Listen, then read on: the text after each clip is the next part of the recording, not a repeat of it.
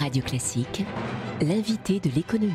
Il est 7h20 sur Radio Classique, le président de l'UNAPL, l'Union nationale des professions libérales, est donc avec nous. Bonjour Michel Chassan. Bonjour. Les notaires, les avocats, les huissiers, entre autres professions du droit, vont manifester ce mercredi à Paris contre le projet de loi d'Emmanuel Macron. Pourquoi l'UNAPL n'y participe pas ?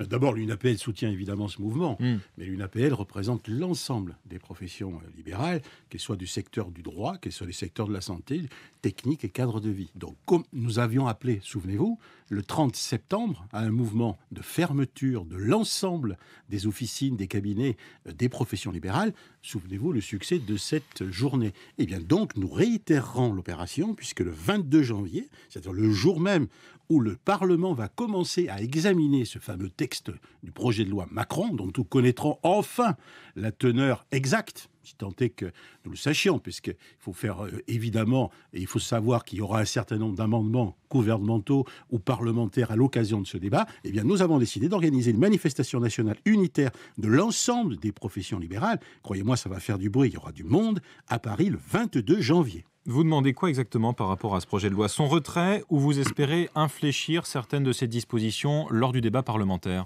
D'abord, c'est une loi de bric et de broc, où il y a tout et n'importe quoi, où on retrouve à la fois des éléments qui touchent au droit du travail, d'autres qui touchent aux professions réglementées, au péage des autoroutes, à la médecine du travail, au transport en autocar, enfin bref, aux déchets radioactifs. Donc on ne sait pas d'ailleurs le contenu exact, puisqu'il varie de jour en jour, puisque un jour, M. Macron nous déclare que les tribunaux de commerce ne seront pas dedans, et on apprend aujourd'hui même que finalement, eh bien, les tribunaux de commerce seront concernés. Donc franchement, on ne sait pas du tout. Chaque heure qui passe est une nouvelle heure et ce texte évolue. Donc ce que nous demandons, c'est simple, c'est d'abord que nous ne comprenons pas pourquoi on est dissocié, enfin on comprend trop justement, pourquoi on a dissocié ce texte. C'est-à-dire d'une part la santé qui est confiée à Mme Touraine dans le cadre de la loi santé. Les pharmaciens, les médicaments, etc. Médicaments et autres. Et pourquoi on s'entête à vouloir traiter par le biais d'une loi qui concerne Bercy les professions réglementées du droit. Il appartient à la chancellerie de traiter des problèmes qui sont liés au droit et certainement pas à l'économie de tout gérer dans ce pays. C'est ça le problème. Ça veut dire qu'on va toucher à des secteurs d'activité qui sont particulièrement porteurs, qui se développent, qui continuent à créer des emplois. Eh bien, on va prendre le risque de porter atteinte à ce secteur d'activité, 9% du PIB dans notre pays, tout ça pour des résultats qui seront pas au rendez-vous. Que ce soit Bercy ou le ministère de la Justice qui se saisissent de la réforme des professions réglementées, en tout cas sur le fond ça ne change rien à l'idée d'instaurer par exemple le principe de libre installation pour les huissiers, notaires et commissaires-priseurs. Pourquoi ça vous embête ? D'abord parce que ça va complètement déstabiliser, si vous voulez, tout un secteur. D'abord, le pouvoir qui aujourd'hui est dans les mains de la profession de notaire, eh bien, va être transféré à une autorité, enfin, une pseudo-autorité qui finalement fera que ce sera le gouvernement qui, in fine, va décider. La cartographie des ouvertures possibles. L'ouverture, etc. Notariaux. Il va falloir des indemnisations, des notaires qui, évidemment, sont en place et qui seront touchés.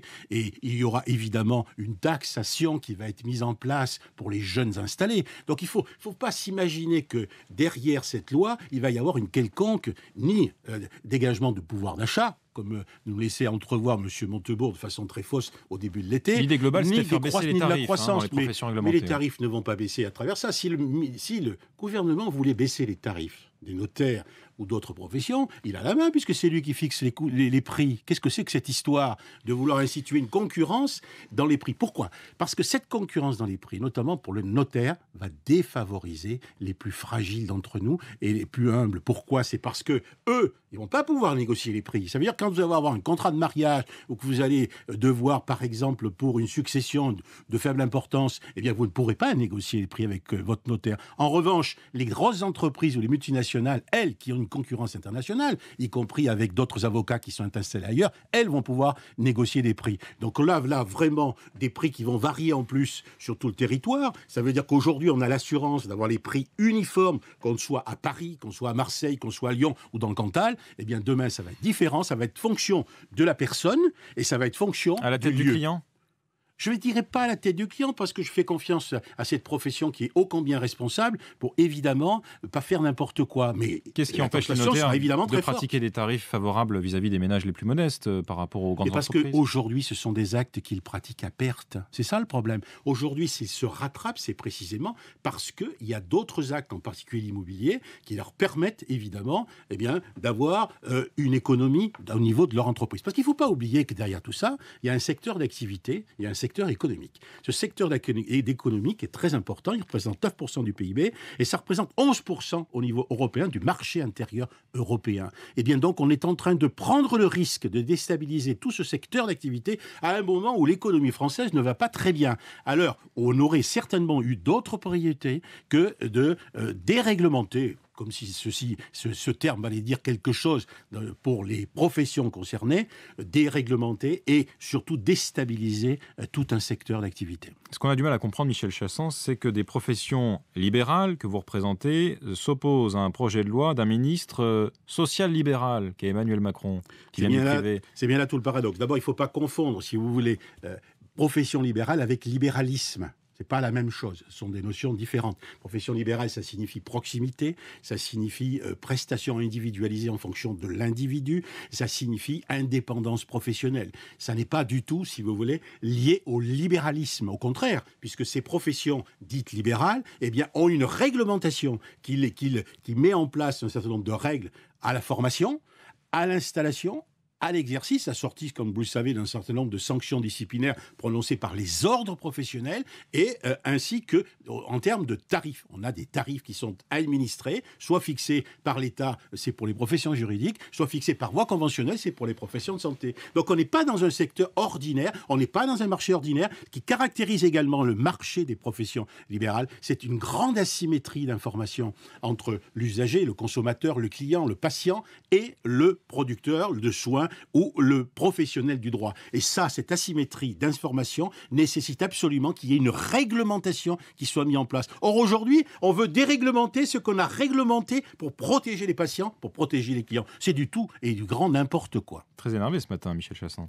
Oui, je suis énervé parce que je suis peiné de voir qu'on s'attache à des éléments qui ne sont pas des priorités, qu'on risque de porter atteinte à tout un secteur qui est porteur. On crée des emplois. Savez-vous que le secteur que je représente continue à créer 2% d'emplois tous les ans, alors que l'industrie en détruit tous les jours? Eh bien, c'est ce secteur-là auquel on va porter atteinte. Et franchement, il y a de quoi s'énerver, oui. Michel Chassan, président de l'Union nationale des professions libérales, invité de l'économie de Radio Classique. Merci. Avec